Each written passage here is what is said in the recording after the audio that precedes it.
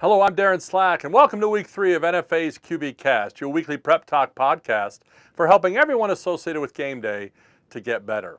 Well, it's Week 3 for us here, and our leadership series continues with number 3 on the list of critical attributes for quarterback leaders on the field and in life, and that's character. I'm sure you're familiar with the old quote, sports, in our case, football, doesn't build character, it reveals it. Well, I believe that. The football season is a context to observe what young men became in the offseason when there were no fans watching. It's the sum total of literally thousands of small character-defining moments that occurred in our very ordinary, mundane off-season days. Character reveals who and what we love most. It's the example we choose to model for others to follow. It's not just a performance on game day, it's the demonstration of what we value, and it cannot be easily faked. The higher the pressure and expectations of the game only make character more transparent and harder to hide. And make no mistake, character is entirely up to you. Now there's an expectation of you giving your very best on game day. And in addition to your talent and skill, it's your character that's what's being measured to determine whether you fall short, meet, or exceed that expectation. It's not just talent and skill we see on game day because competition requires every aspect of who you are to engage, both outwardly and inwardly. Well, coach, if character is so important, then why wasn't it number 1 on the list of leadership traits? That's a great question. Keep in mind, this list is my opinion, but strictly speaking from a leadership perspective, character, while clearly observable, doesn't readily produce character in others in the same fashion. It's not as easily transferable into action in others.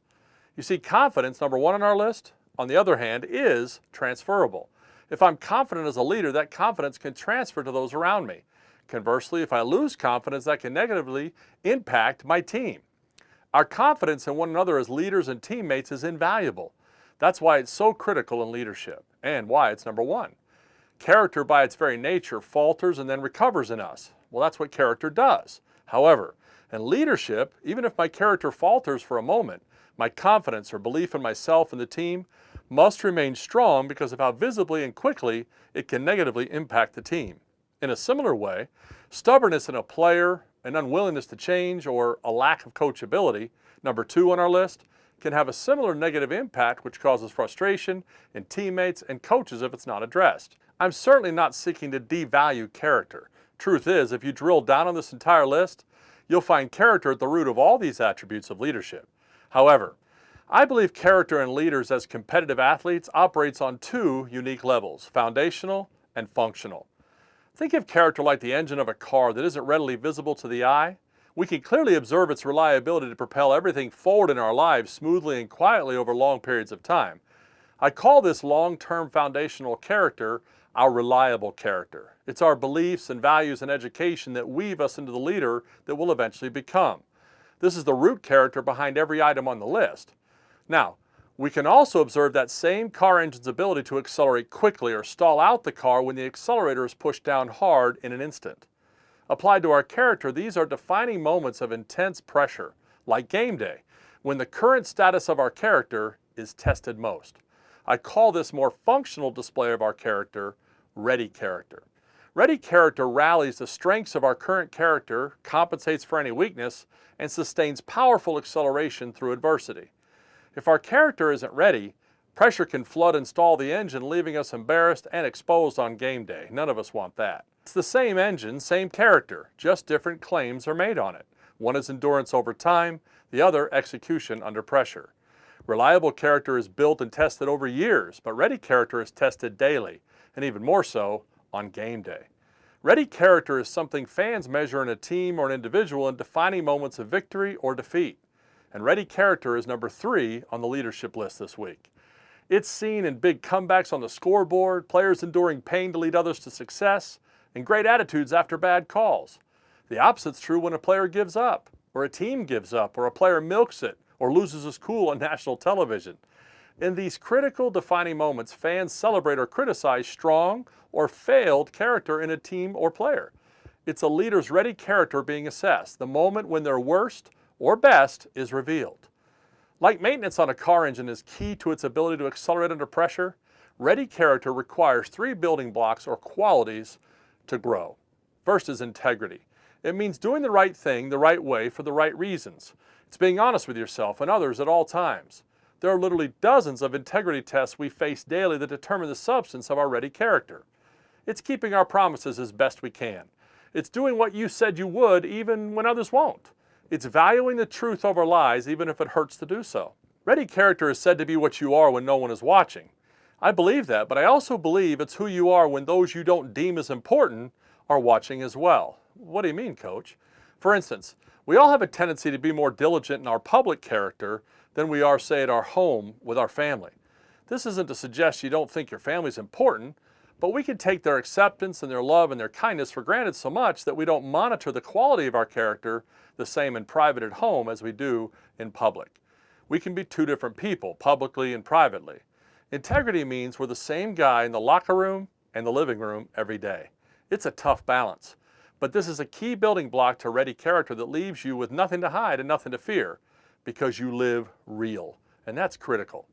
To be like this requires the second quality, and that's willpower. Willpower means control that is deliberately exerted to do something or to restrain one's own impulses or desires. It means we don't indulge our selfishness even when we think we deserve something we're not getting. This strength is most necessary during those hundreds of character-defining moments on those ordinary, boring days when we must decide to do what's best, not what's easy. In practice, in class, and in the film room, we can make big plays on ordinary days and good decisions that set us up to be our best when we're really tested. Ready character is the willpower to go pedal to the metal and push through our weakness. Serving around the house without having to be asked, running extra when everyone else is done, getting a little extra lift in during the season, finishing school assignments on time. Passing these little tests of irritation and inconvenience are like practice reps for ready character. The only fuel that can sustain willpower is sacrifice, the act of denying yourself because you love someone or something more than what you want. But if your willpower fails, you'll need number 3, the final building block of ready character, and that's resiliency. It's the ability to recover quickly from mistakes, disruptive change, or misfortune without being overwhelmed or acting in dysfunctional or harmful ways. It's like making a mistake and getting back to work. It's not that you don't make mistakes, it's how you choose to come back from those mistakes that makes it a building block of ready character. When mistakes breed more mistakes in a game, the car engine is stalling. We must accelerate our attitude through to resiliency. We must be explosive in our resiliency from failure. We need to bounce back mentally, emotionally, and physically to keep executing. Many stall in the quicksand of self-pity and passivity because things didn't work out the way they wanted. They're embarrassed or they feel they failed too many times. There are 3 quick ways to improve your resiliency. The first is self-talk. You need to remind yourself, sometimes out loud, what's true instead of listening to the lies your mind tells you when you fail. You can hear all kinds of bad thoughts in your head, but you need to talk positively to yourself. Forgive yourself. You need to rally for the team because you care about them. Second, you need to express gratitude to the coach and your teammates for their patience with your failures. This will mean a lot to them. Finally, you need to seek to encourage others who are bouncing back from their difficulty and their mistakes. If you see and encourage others who are being resilient, you'll find the strength to do it yourself. So ready character in a single word is maturity. It's the best version of who God made you to be when He is watching, when everyone is watching, or when no one is watching. It's you doing you better each moment, even when it's hard. Ready character for game day is built on integrity through authenticity, willpower through sacrifice, and resiliency through self-talk, gratitude, and encouragement. I hope that encourages you to sustain and build ready character as leaders. Next week, we'll dive into another important attribute, but this week, let's be ready to demonstrate ready character in the locker room, the living room, and everywhere in between.